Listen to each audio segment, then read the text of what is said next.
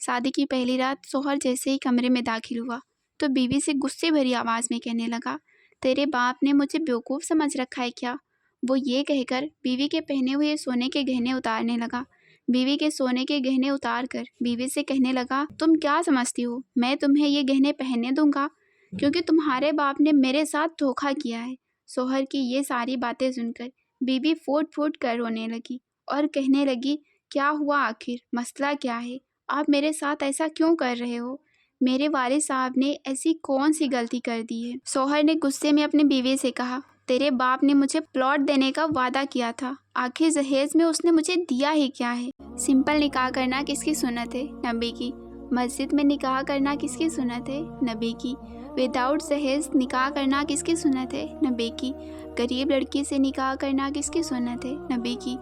नबी की सुन्नत पे अमल करो। माँ बाप कुछ कह रहे हैं तो कहने दो, आप नबी की सुन्नत पर अमल करें। कोई शादी पर शामिल हो रहा है तो ठीक, अगर नहीं हो रहा है तो भी ठीक।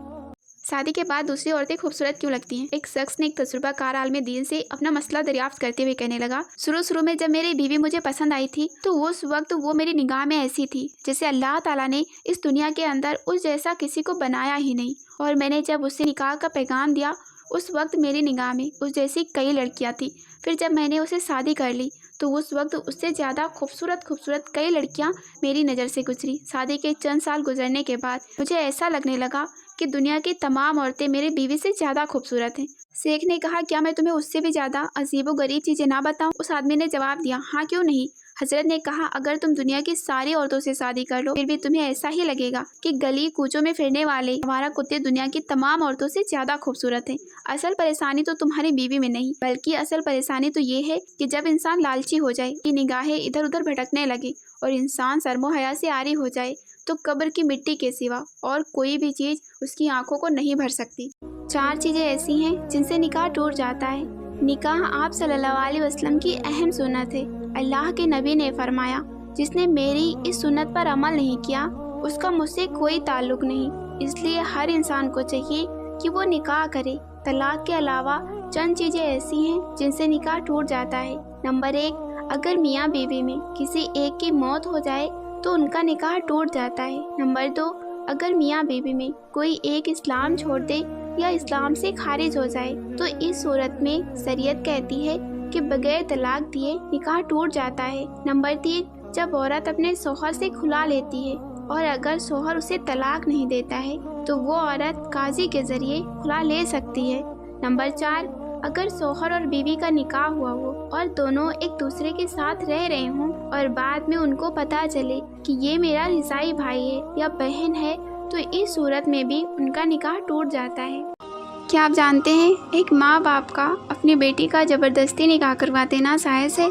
हज़रत अबू हुरैरा रज़ी अल्लाह ताला अन्हु से रिवायत है, नबी अकरम सल्लल्लाहु अलैहि वसल्लम ने इरशाद फरमाया, बेवा औरत का निकाह ना किया जाए जब तक उससे मशवरा ना लिया जाए और कुंवारी लड़की का भी निकाह ना किया जाए मगर उसकी इजाज़त से। सहाबा ने अर्ज़ किया, ए अल्लाह के रसूल, इसकी इजाज़त से क्या मुराद है?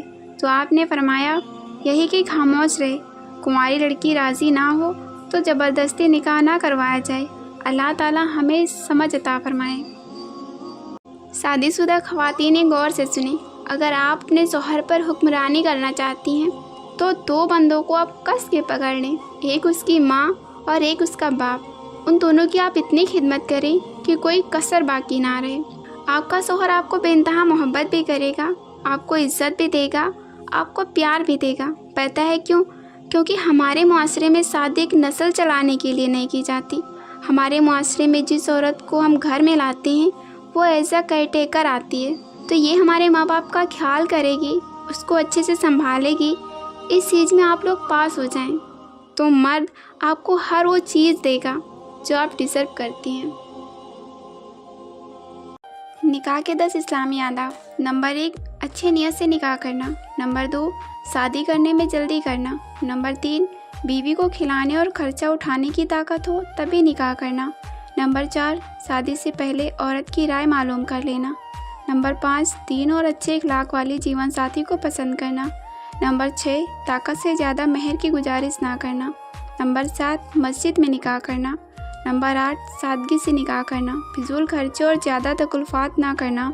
نمبر 9 ولیمہ کرنا، اور نمبر 10 رسموں سے بالکل بچنا۔